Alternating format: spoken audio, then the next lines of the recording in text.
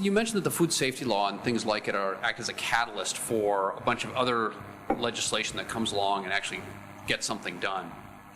Are there examples of China having gone from a kind of a catalyzing big initiative law to implementation? And what's the timeline between when you get something like the food safety law to actually things changing and companies like Sanlu and Male Dairy knowing what to do so that they can meet the Chinese needs or the global needs?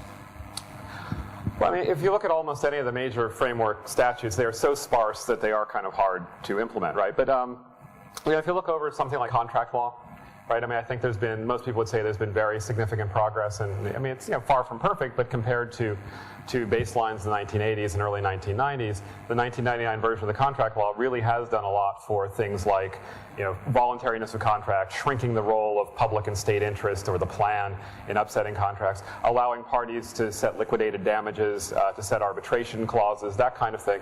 That's really worked. Some of that was done with the statute, and in that case, a lot more was done with the statute. I mean, look at the contract law; it's like that thick, right? That's one that was relatively legislation-centric rather than subsequent regulation-centric. But even there was a fair amount of that. You look at things like civil procedure law; it's been heavily dependent on the Supreme People's Court's interpretations, and those are followed within the judicial system. So there would be a lot of examples like that. The thing with the food safety law and the tort law is that they are really still quite sparse. And the food safety law, indeed, explicitly says almost everything is going to be done by implementing regulations. It was a law that, as you probably know, sat out there in draft form forever, and then lo and behold, suddenly passed because of the sense of the need to react to the crisis. But it really did sort of kick the can down the road. Now, it makes some sense because they are very technical questions, and a lot of it is about certification and setting up inspection systems and things like that. And those are, probably better left to regulatory bodies. But yeah, I wouldn't, even the official time frame says it's going to take a few years to bring these things online. And so I think what you'll see is what often happens when you've got a crisis-driven response in Chinese law, which is you get a big framework statute out. It's an important signal that the problem is being taken seriously. And then you take a shot. It's like being in one of those carnival shooting games where the duck pops up, you take a shot at it. So whatever issue seems to be the problematic one will get attention. So melamine got attention, right? And then it turned out there was, lead got attention, and so these things will get responses. But our system's not immune to that either. I was talking to somebody on the Consumer Product Safety Commission in the U.S. who was complaining about the lead in toys law that came out just after the crisis with Chinese toys, saying, completely irrational use of our resources. We've gone to zero tolerance for lead, and we're letting all this other stuff in, so we're spending our time focusing on a really non-threatening source to deal with, rather than dealing with things where it'd be more efficient. Headlines matter here too, and there. Thank you, Professor deLisle, for coming here and giving a very engaging talk this evening. My name is James Feldkamp, and we're with a group of Chinese entrepreneurs. We're actually in the process of starting a consumer products testing and information service for Chinese consumers. I'll bring her in the audience. Okay. So I've been very much eagerly looking forward to your talk. I'm not a lawyer, as you may have guessed, but an entrepreneur, and been living here for 12 years, but working here for 14 years, and seen a lot of this come through. Where we look at consumer products testing and information, we see this similar to the IPR situation that happened. For years and years, all of the foreign companies were complaining about IPR protection. You got lip service here, but the reality is you're not going to actually get the IPR protection until it's an issue for Chinese companies. And we see the same situation here with consumer protection in that you have to come to the root of the problem. If you have all these other companies, especially the U.S., saying that this is the way you need to do things, it's kind of like revaluation of the renminbi. They don't like somebody else telling them when that should be done. And so we're trying to get at the root of the problem and bringing the level of awareness up for Chinese consumers and raising the bar internally. The question I have from a legal perspective is your perspective. One of the challenges that we face and one of the issues we're always cognizant of is because of the fact with the local protectionism and otherwise that you have government officials that the majority of their bonuses are based on GDP growth, that the protection of consumer voices when they are voicing the concern and whether that will either have that protection to continue to voice those or will be shut down when it threatens the company that happens to be the largest taxpayer in a province. Okay. A lot of points, so let me try and take a couple of them. Take them sort of back to front. The best thing for your scenario is that to put on my political scientist hat for a moment. This is a regime that depends heavily on middle-class support for its legitimacy. And middle-class people are consumer movement people.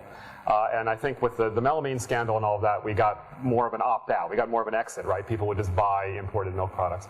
But it eventually starts to accumulate, and I think there are real costs to shutting down that kind of movement. And this is one that has some potential for space, because it need not be political in any regime-challenging way, the way sort of a democratization movement or something might be.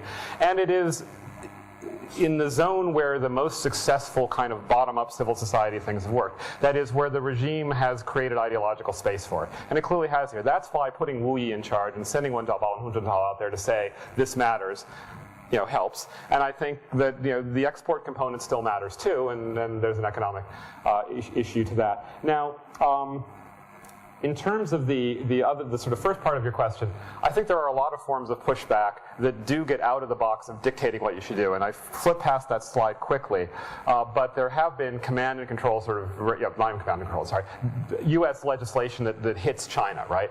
And that gets a severe pushback because you get these statements that says 99% of Chinese exports are safe. Nobody believes that, but that's a response to the pressure. So what I wanted to suggest about tort law is that actually, much as Americans think of tort law as this highly confrontational, nasty, adversarial business, in fact, if you're looking at it from the dictating to China what it should do perspective, it's just a private plaintiff in some system that allows this suing. It's a little more cooperative. And the other thing that tort liability has started to do, and we're seeing this already, is larger American manufacturers in China are starting to pay, at least so I'm told, it's sort of anecdotal, but are starting to pay more attention to the quality of what they're getting. They're worried about liability, so they're no longer saying, I'm going to show up for an inspection tour next Wednesday and take me to the good part of the factory. It's more drop-in and I want to see the whole thing. And there are some large American companies with high value-added products, big expensive machines of the types that I won't specifically name because it wasn't a public interview, but basically who do competition among their sources, right? They give bigger orders to those who reliably perform. This is all market-based contract stuff that doesn't really feel like lecturing, and it's about business opportunities, and that's a safer political route. To what extent do you see the government engaging or involving business leaders, both of multinationals or of local companies, in defining some of this legislation? I haven't seen it. I don't think there was as much in the food safety law because, I may be wrong, if somebody knows, please correct me, but the story, at least when that finally got passed, was it was this sort of panicked reaction to the immediate crisis. But in laws that affect foreign businesses in general, there's been a lot of discussion. I mean, we're long past the days when Chinese lawmakers would say, we have no idea how to write a contract law. Please send us some experts, right? I mean, that was great times for law professors, right? It's way past that now. But what you've got now is the American Chamber of Commerce here in Shanghai and in Beijing as well spend a lot of time knocking at the door and trying to get influence and being listened to because they're a relevant constituency. So it really has gotten much more familiar. Interest groups who are going to be regulated want to be present at the discussion of what the laws are going to be, and generally they're welcome to play some role.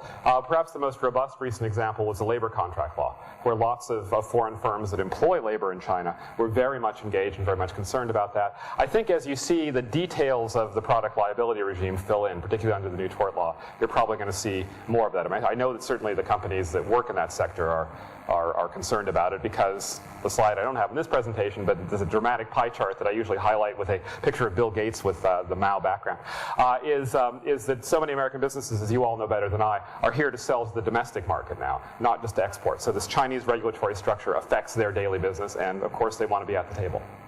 Thank you. Thank you.